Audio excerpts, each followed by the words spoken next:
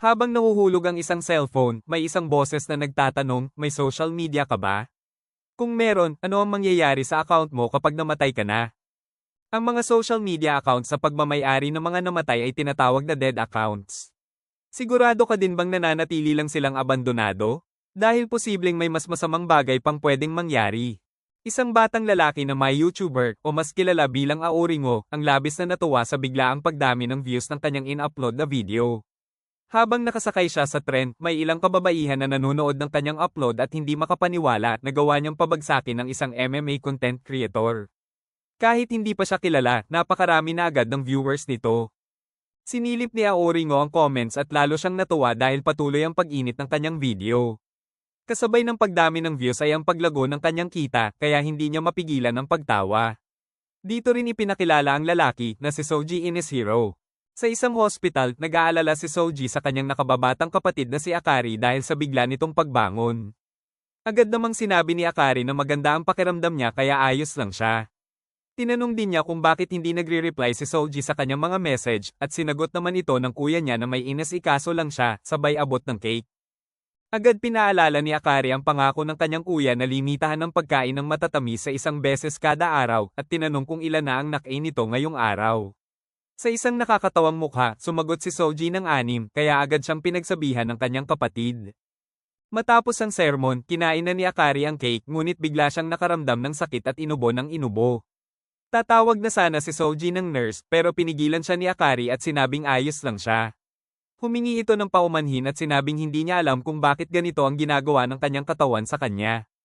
Dito pinalakas ni Soji ang loob ng kanyang kapatid at sinabing 1 buwan na lang ang natitira bago ang pagpapagamot niya sa US. Natuwa si Akari at tinanong kung saan manggagaling ang perang gagamitin para sa kanyang surgery. Ngumiti ang kanyang kuya at kampanteng sinabi na may nahanap siyang part-time job at sinabing bahala na ang kuya mo rito. Mamuhay ka ng maayos nang hindi nadadamay ang iba. Ito ang madalas na sinasabi ng matandang lalaki sa bahay ampunan. Pero para kay Soji, kung may legit na paraan lang para kumita ng malaking pera, gagawin niya iyon. Sa kasamaang palad, wala siyang espesyal na skills o talino. At dahil maskulado siya at sanay sa pakikipag-away, ito na lang ang landas na pinili niya. Wala siyang pakialam sa sasabihin ng ibang tao basta gumaling si Akari. Kaya ang kailangan niya ngayon ay mas marami pang galit na patuloy na nag-aalab. 1 month later, 2 lalaki ang nag-uusap tungkol sa biglaang pagkawala ni Aoringo at may mga nagsasabi pa na nag-retire na raw ito.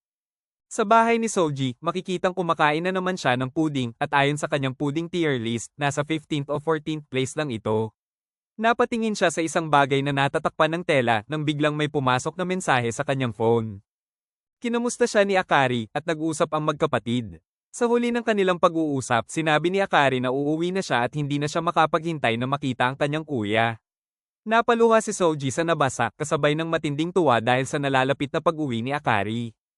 Habang siya ay natutulog, bigla na lang siyang nagising at sa kanyang harapan ay may isang lalaking handang umatake. Agad niya itong naiwasan at nanginginig ang boses, nagtanong kung sino ito. Muling umatake ang lalaki, ngunit nagawa pa rin itong iwasan ni Soji. Sa sunod-sunod niyang pag-atres, nabitawan niya ang kanyang phone. Napansin ni Soji na nakatitig ang lalaki sa phone, tila may balak itong sirain. Mabilis na kumilos si Soji, dinampot ang phone at tumakbo palabas ng bahay. Pagkalabas, agad niyang minessage si Akari, sinabing may pumasok sa kanyang bahay. Ngunit may isang bagay na lubhang kakaiba, ang phone niya talaga ang target ng lalaki. Biglang lumitaw ang lalaki sa kanyang likuran at muling umatake. Sa pagkakataong ito, napigilan ni Soji ang atake gamit ang kanyang paa. Gumanti siya bilang self-defense, ngunit kahit ganoon, patuloy pa rin ang pagpuntirya ng lalaki sa kanyang phone. Dito tuluyang nakumpirma ni Soji na ang tunay na pakay nito ay ang kanyang cellphone. Nagsalita na ang lalaki, binanggit ang pangalan ni Soji at ang kanyang Flamebait My YouTuber account. Sinabi nitong napanood niya ang mga videos nito at nakakadiri raw ang mga iyon, halos masuka siya sa kaiisip, sabay mura. Ngunit bigla ring nag-iba ang ekspresyon nito at humingi ng paumanhin sa pagmumura. Lumuhod si Soji at humingi ng tawad, inakalang isa ito sa mga taong nabugbog niya noon. Ipinaliwanag niyang pera lang ang dahilan ng lahat at handa siyang tanggapin ang anumang parusa, umaasang huwag lang siyang patayin. Nakiusap din siyang huwag sirain ang kanyang phone dahil dito niya kinakausap ang kanyang kapatid na nasa malayong lugar. Ngunit hindi siya pinakinggan ng lalaki at muling umatake, mariing sinasabing kailangan niyang sirain ang phone ni Soji. Pilit pa ring iginiit ni Soji na hindi pwede yon dahil kausap niya roon ang kanyang kapatid.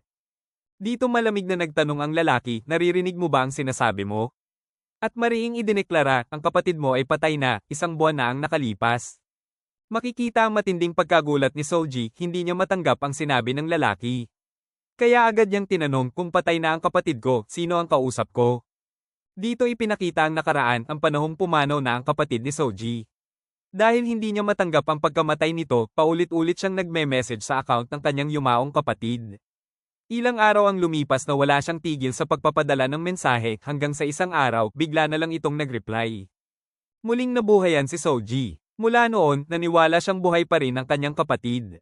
Ngunit biglang nagloko ang screen ng kanyang phone at lumitaw ang imahe ng kanyang kapatid. Habang nakatitig siya rito, bigla namang tinamaan ng lalaki ang phone ni Soji. Nang bumagsak ito sa sahig, agad niya itong sinubukang sirain gamit ang kanyang sandata, ngunit nagulat siya nang makitang hindi dumikit ang sandata sa phone. Mula sa cellphone, tila isang hologram ang lumabas, ang kapatid ni Soji na si Akari. Nagpasalamat si Akari kay Soji, at napaiyak naman ito dahil muli niyang nakita ang kanyang kapatid sa kanyang harapan. Ngunit ilang sandali lang, tumulo ang dugo mula sa mga mata ni Akari, at nag-transform ito sa anyong parang isang yokai o spirit monster. Dito sinabi ng lalaki kay Soji na ang kanyang kaharap ngayon ay isang multo.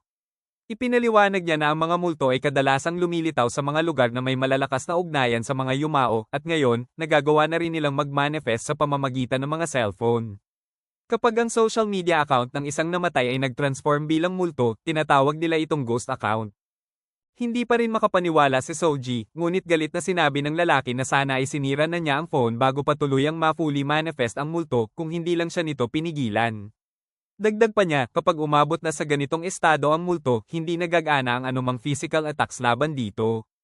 Ipinakita ng lalaki ang sarili niyang phone na ikinagulat ni Soji. Ipinaliwanag niya na dahil digitized ghost ang kalaban nila ngayon, hindi gagana ang mga dasal o krus. Mula sa kanyang phone, naglabas ang lalaki ng isang digitized weapon na ikinamangha ni Soji. Mas lalo pang nagtaka ang lalaki nang mapansin niyang nakikita ni Soji ang kanyang banhammer of civility. Sinabi ng lalaki na kailangan na niyang i-exercise ang kapatid ni Soji habang nakakabit pa ito sa kanyang phone.